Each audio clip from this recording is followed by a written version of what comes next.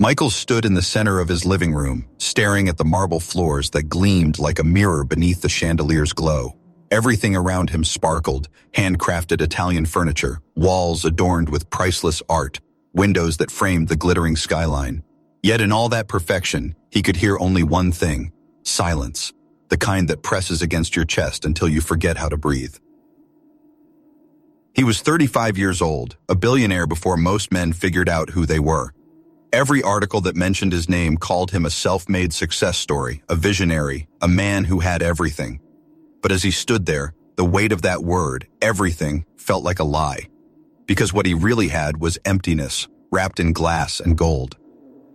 Every morning, he woke up to the hum of automation, the coffee machine starting on schedule, the curtains parting without his touch, the soft voice of his digital assistant greeting him with perfect politeness. Not one of those things could say, "I love you." Not one could ask how he was really doing. He had friends, if you could call them that. They laughed at his jokes because his name could open doors. They invited him to parties because his presence added value to the guest list. But when he left, the laughter faded quickly, like a song turned off mid-note. Nobody stayed. Nobody ever stayed.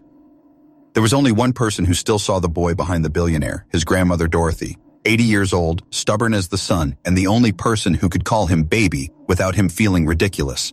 She lived in the same small brick house she'd owned for 4 decades, a place that smelled like fresh biscuits and lavender.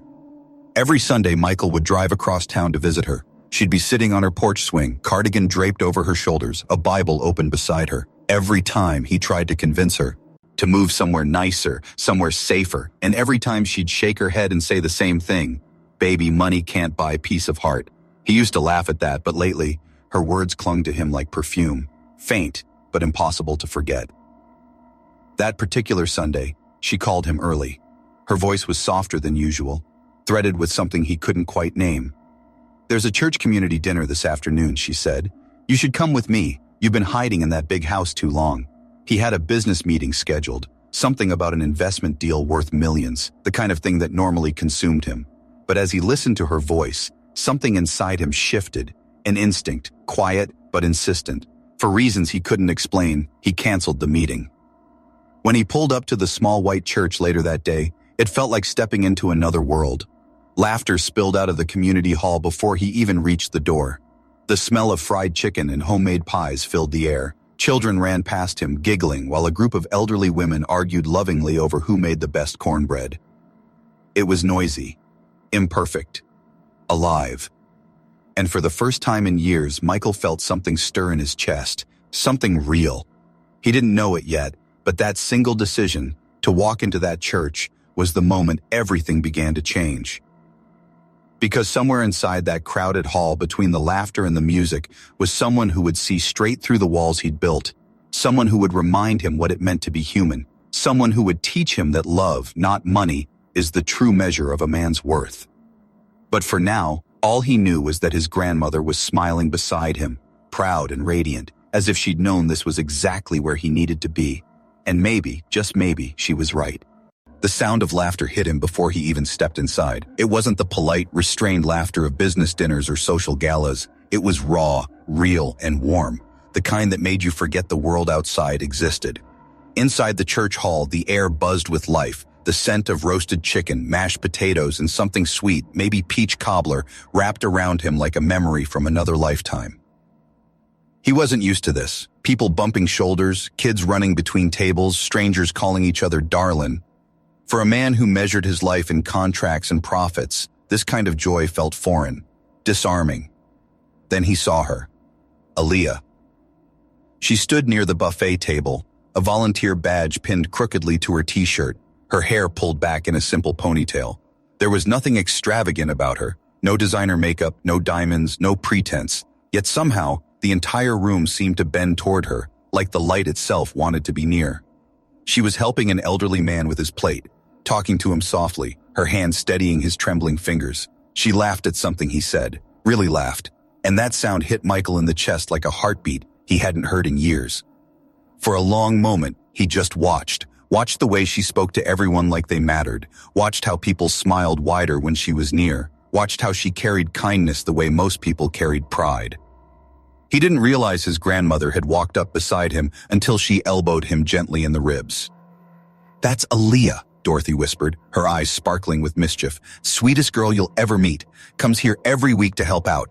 You should go say hello before somebody else does. Michael's first instinct was to refuse. He was good at negotiating billion-dollar deals, but small talk with strangers, especially one like her, made his palms sweat. Still, something in Dorothy's voice pushed him forward. He walked toward the table, rehearsing a casual greeting in his mind.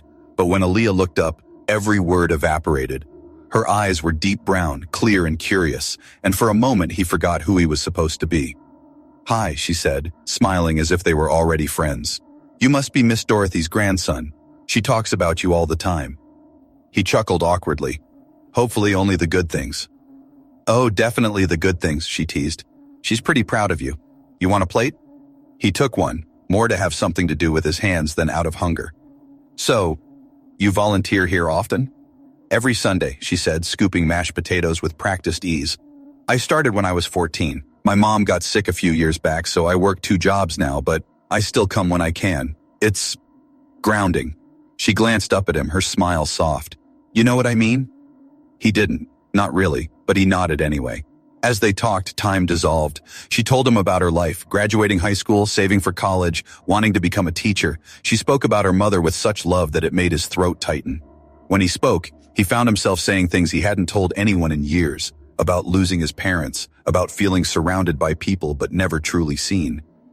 She listened, really listened. And when she smiled at him, it wasn't pity, it was understanding. By the time he realized how long they'd been talking, most of the tables were already empty. Aaliyah laughed when she noticed. "Guess we kinda took over the cleanup shift, huh?" He laughed too, surprised by how natural it felt. He offered to help fold chairs, and she rolled her eyes, but handed him one anyway. That night, driving home through quiet city streets, Michael couldn't stop replaying their conversation. The way she laughed, the way she looked at him as if his wealth didn't exist, as if he were just another man standing under the same sky. When he parked outside his mansion, the silence felt heavier than ever. The echo of her voice lingered, and for the first time in years, he didn't dread the emptiness. He was thinking of a girl with brown eyes and a crooked name tag who'd made him feel something he thought he'd lost forever. Hope. He didn't know it yet, but that one encounter would change everything. Because the next Sunday he'd find himself back at that same church, telling himself it was to check on his grandmother, but deep down, knowing the truth, he was already searching for Aaliyah. The following Sunday came faster than Michael expected. He told himself he was visiting his grandmother again, just a routine family visit, but the truth burned quietly beneath that excuse. He wanted to see her. Aaliyah, the girl whose laughter had echoed in his head every night since the church dinner. When he arrived, the church hall looked the same. Same folding tables, same chatter, same smell of homemade comfort. But the moment he spotted her, everything else faded into a blur. She was stacking plates, humming softly, her ponytail swaying with each movement. When she turned and caught sight of him, her face lit up in surprise. "Back again?" she teased. "Did Miss Dorothy drag you here, or are you just here for the mashed potatoes?" He smiled. Maybe a little of both.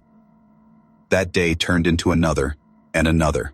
Michael found himself showing up at every community event, claiming he was helping out, though everyone could see his eyes always drifted toward Aaliyah. They began talking for hours at a time, about life, about their parents, about things most people didn't take the time to ask. He learned how much she loved children, how she wanted to teach so that no kid would ever feel unseen the way she had growing up. She learned about his world too, his parents' death, his wealth, his isolation, but only what he chose to, tell her. He never mentioned the mansion, the cars, or the empire with his name stamped on it. Around her, he didn't want to be Michael the billionaire. He just wanted to be a man who could make her laugh. Weeks passed before he realized he was falling for her, not in the casual, convenient way of his past relationships, but in the kind of way that scared him. She saw him. She stripped him down to the person beneath the success. And every time she smiled, he felt something unfamiliar, a peace money had never been able to buy. Still, the age gap haunted him. She was 18, just stepping into her own life. He was 35, already carrying the weight of one. He tried to reason with himself, to stay away, to be practical. But love has a way of ignoring logic. One evening, he decided she deserved the truth. He drove to pick her up after her shift at the diner, his heart hammering harder than it had during any business negotiation. When she slid into the passenger seat, she gave him a tired smile. "You look nervous," she said. "I am," he admitted. There's something I need to show you. She frowned playfully. This isn't where you tell me you're secretly married or something, right? Nothing like that, he said with a soft laugh. He drove her to his mansion. The gates opened silently, and the car rolled up the long driveway. Aaliyah's mouth fell open as the house came into view. Tall glass windows reflecting the sunset, fountains glowing gold in the fading light. You live here? She whispered. He nodded, studying her face carefully, bracing for disappointment, or worse, judgment. I should have told you sooner, he said quietly. My parents left me a lot, and I built more from it. But I didn't want that to be what you saw. For a long moment, she just looked at him. Then she turned, eyes soft, and said something that would stay with him forever. You're till the same man who helps your grandmother carry groceries, the one who makes her laugh every Sunday. This doesn't change who you are inside. Michael exhaled, a sound that was half laugh, half relief. You have no idea what that means to me. She smiled. You'd be surprised. After that night, something shifted. They didn't dance around their feelings anymore. They spent evenings walking by the lake near the church, talking about dreams and fears, holding hands like it was the most natural thing in the world. One night, under a sky scattered with stars, Aaliyah said softly, You know what I think, Michael? People spend so much time chasing money and success that they forget what really matters. Love, family, someone to share sunsets with. Her words hit him deeper than she knew. For years, he'd been chasing exactly what she was describing. He just hadn't known it. He looked at her, at the girl who'd walked into his sterile world and filled it with light, and for the first time, he knew what home really meant. I think, he said quietly, you're right. She smiled, leaning against him as the sky deepened to violet, and in that moment, surrounded by the simple beauty of evening and the warmth of her hand in his, Michael realized something profound. He'd spent his whole life building a fortune, but sitting there beside Aaliyah, he finally understood what it meant to be rich. The morning light slipped through the tall windows of Michael's home, soft and golden, but he didn't see it. He was sitting on the edge of his bed, a phone in his hand, his heart pounding against his ribs like a drum. On the other end of the line, Aaliyah's voice trembled. Michael, she whispered, I need to see you, please. There was something in her tone that turned his blood cold. Without another word, he grabbed his keys and ran. When she opened the door of her small apartment, her face was pale, her eyes swollen from crying. She didn't speak, she just held out a white stick, shaking in her hand. A pregnancy test. 2 pink lead. As for a long moment, time stopped. The world narrowed to the space between them, her fear, his shock, the hum of the refrigerator behind her. Then she finally spoke, her voice breaking apart. I didn't plan this, Michael. I swear I didn't. I know what people will think, that I trapped you, that I'm after your money, but I'm not. I can do this alone if I have to. I'll keep them. I won't ask you for anything. Them. The word hit him like a jolt. How many? He whispered. Her lips trembled. 2. Twins. He took a step forward, his chest tightening, tears already stinging his eyes. For the first time in years, he wasn't thinking about his reputation, or the press, or the whispers that would follow. All he saw was the woman he loved, terrified and trembling. He dropped to his knees and took her hands. Aaliyah, he said, his voice rough. Marry me. Her eyes widened. What? Marry me, he repeated, stronger this time. Not because you're pregnant, because I love you. Because I want to spend my life with you and raise these babies together. You're not alone. You'll never be alone again. She broke down, sobbing into his shoulder, whispering yes over and over until the word became a promise. For a few beautiful weeks, it felt like nothing could touch them. They planned a simple wedding, started decorating a nursery, and dreamed of names. But love, as pure as theirs was, doesn't exist without a storm. The world found out, and when it did, the backlash came hard and fast. Social media lit up with headlines. Billionaire marries teen pregnant with twins. People he'd called friends sent messages filled with disbelief and judgment. She's using you. You're ruining your life. She's a child, Michael. This will destroy you. Even his financial advisors called, urging him to protect himself. Get a prenup, they said. You barely know this girl. She could take everything. Aaliyah heard the whispers too. Some of them came from her own relatives. They said she should wait, that she was making a mistake, that people would think she was after his fortune. Every night, Michael watched her grow quieter. The sparkle that had once defined her was dimming under the weight of other people's words. One evening, she stood at the window, her hands resting on her growing belly. "Maybe they're right," she whispered. "Maybe you'd be better off without me."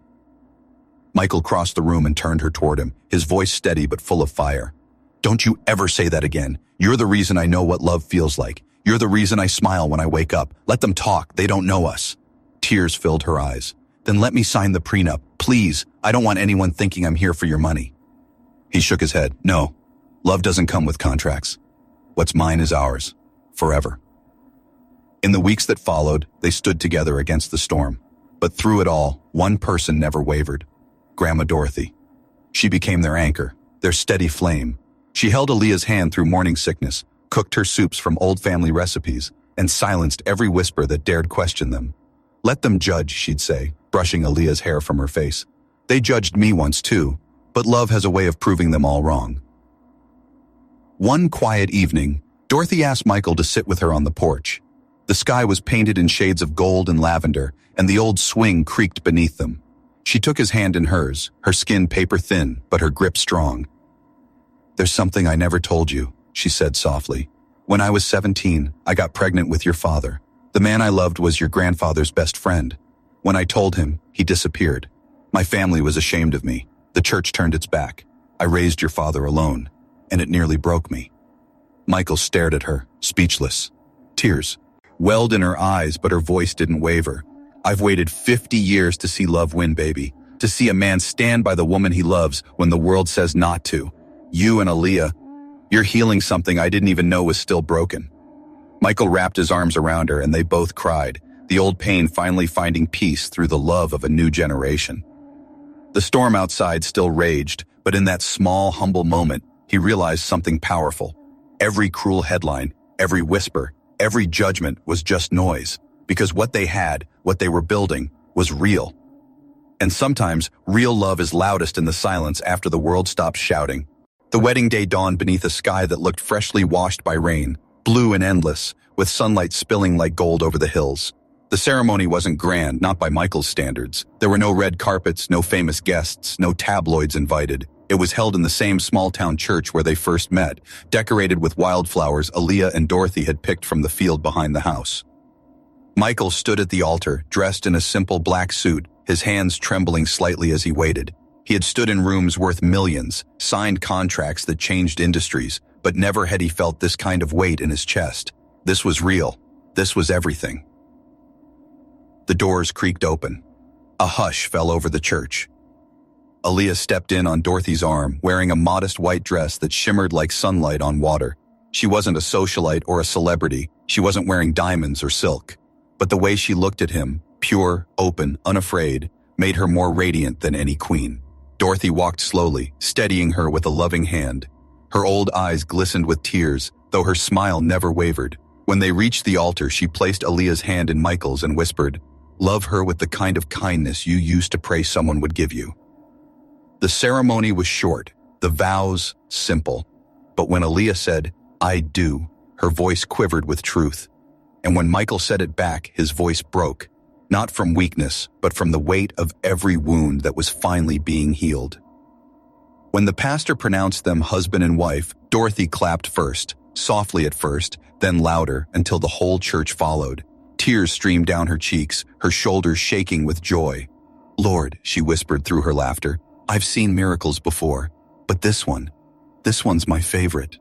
After the ceremony, they celebrated under the open home sky. There was no catering, no orchestra, just tables of homemade food, laughter, and the hum of life happening in real time. Aaliyah's friends danced barefoot on the grass. Children chased bubbles. Michael's mansion felt 1,000,000 miles away. Later, when the sun dipped low and the air turned soft and orange, Michael pulled Aaliyah aside to the edge of the field. The world seemed to pause around them, the laughter distant, the fireflies flickering like tiny stars. "You know," he said quietly, brushing a strand of hair from her face, "I used to think happiness was something you bought, a thing you could build or own, but it's not." She smiled up at him. "Then what is it?" He looked at her belly, small but beginning to show, and placed his hand gently over it. "It's this," he said. "You, us, them." Tears welled in her eyes, but she was smiling too. "You really want this life, don't you? The quiet one, the simple one. He nodded. I've had everything, but I never had peace until you. Behind them, Dorothy watched from her chair on the porch, a blanket draped over her lap. The fading light painted her silver hair in gold. She was crying again, but this time her tears were soft and easy. She whispered to herself, he finally found it, the life his parents always wanted for him. But as the evening wore on and laughter carried across the yard, a shadow crept quietly into the peace they'd built. Later that night, while everyone slept, Dorothy sat alone at the kitchen table, holding an envelope she'd been avoiding for weeks. Her doctor's letter, the one she'd told no one about. Her hands trembled as she unfolded it again. Stage 4, unresponsive to treatment. The words blurred through her tears. She looked up at the ceiling, where she imagined her late husband watching, and whispered, please, just give me time to see them born. That's all I ask. Let me hold those babies. Let me see him be happy. She pressed the letter to her chest and smiled through her pain. Then, you can take me home. The next morning, she was all warmth and laughter again, stirring batter in the kitchen, humming old gospel songs, teasing Michael for burning toast. No one noticed how tired her eyes had grown or how her hands shook slightly as she poured the coffee.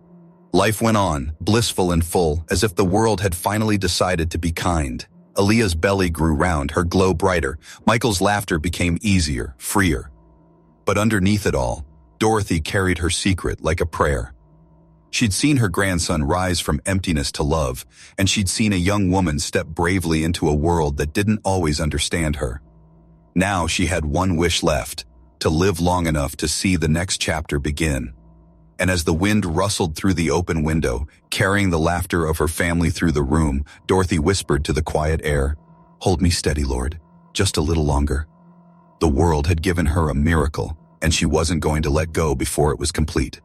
The morning air was soft, kissed with the scent of blooming lilacs outside the window. It was the kind of day that felt touched by heaven, too peaceful, too still. Inside the house, the sound of tiny cries filled the air, gentle but strong, as sunlight streamed across two bassinets where Christian and Caleb slept side by side. It had been 6 weeks since the wedding, and the twins had arrived early, impatient to see the world.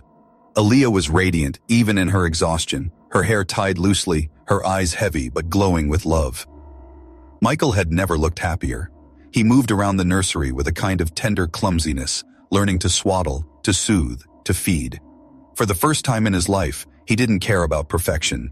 He cared only that these little lives felt safe in his arms. Dorothy watched it all from her rocking chair, her hands folded over her lap, her face soft with pride. She hummed the same lullaby she'd sung to Michael when he was a baby. Every now and then, one of the twins would stir and she'd whisper, hush now, little blessings. Grandma's here. But as the days passed, something in Dorothy began to fade. She grew quieter, slower. Her smile was still there, but it carried a shadow behind it. A secret she refused to let darken their joy. One night, Michael found her on the porch, wrapped in her favorite blanket, staring at the stars. The babies had just fallen asleep, and the house was finally still. He sat beside her and followed her gaze upward. Beautiful night, he said softly. She murmured, her eyes glinting. You ever notice how the stars seem brighter when you've got peace in your heart? He smiled. Maybe I just never had peace before. She turned to look at him, her wrinkled hand reaching to rest on his cheek. You've done good, baby. You've built something real. Don't ever let the world make you doubt it. There was a pause, one of those long, wordless silences that say more than speech ever could. Michael studied her face, noticing the way her breath hitched slightly, how her fingers trembled when she pulled the blanket tighter around herself. Grandma, he whispered, are you feeling all right? She smiled, the kind of smile that breaks you without words. I'm just tired, sweetheart, but it's a good kind of tired. He wanted to press her, to ask what she meant, but something in her eyes told him not to. Instead, he took her hand and held it quietly. The next morning, the house was filled with light and laughter again. Aaliyah was in the kitchen, humming softly as she fed the twins. Michael brewed coffee, humming along. Dorothy sat by the window, the same blanket over her lap, watching her family with a faint, serene smile. Hours passed before anyone realized she hadn't moved. Michael was the first to note it. He walked over, touched her hand, and froze. It was cool still. Her eyes were half open, gazing toward the sky beyond the window, and that peaceful smile hadn't left her face. Aaliyah's soft gasp filled the room, followed by the quietest sound, a sob that seemed to carry every emotion at once. Michael knelt beside her, tears blurring his vision. "Grandma, Grandma, please." But deep down, he knew she was gone. In her lap was a folded piece of paper. Michael opened it with shaking hands. Inside was her familiar handwriting, the ink a little smudged as if she'd written it through tears. "My dear Michael, by the time you read this, I'll be home. Not gone, just home. You've given me something I've prayed for all my life. You've shown me that love still wins, even in a world that forgets how to believe in it. Watching you and Aaliyah, seeing the babies born, that was my miracle. Don't mourn me too long, baby. Just promise me this. Fill that big house with laughter. Let those boys grow up knowing that kindness is richer than gold. Tell them I love them and that Grandma's watching from the best seat in heaven. And when the sunsets feel too heavy, look up. I'll be the brightest star smiling back at you. Love always, Grandma Dorothy." By the time he finished reading, his tears had fallen onto the page. Aaliyah wrapped her arms around him, and they held each other in silence, surrounded by the faint sounds of their babies breathing, the living proof of the legacy Dorothy had left behind. That evening, as the sun dipped below the hills, Michael carried the letter out to the porch. He sat in the same chair where Dorothy had spent her last night and looked up at the deepening sky. 2 stars twinkled brighter than the rest, side by side. He smiled through his tears. "You kept your promise, Grandma," he whispered. "You made it to see them, and you gave me everything I never knew I needed." Behind him, Aaliyah stepped out, holding both babies against her chest. The wind moved softly through the trees, carrying Dorothy's lullaby across the air, faint but unmistakable. Michael reached out, wrapping an arm around his wife, his family, his life. The mansion no longer felt empty. The silence that once haunted its halls was gone, replaced by laughter, love, and the spirit of the woman who had started it all. In that moment, Michael finally understood what his grandmother had tried to teach him all along. Real wealth isn't counted in dollars, it's counted in hearts, and his was finally full.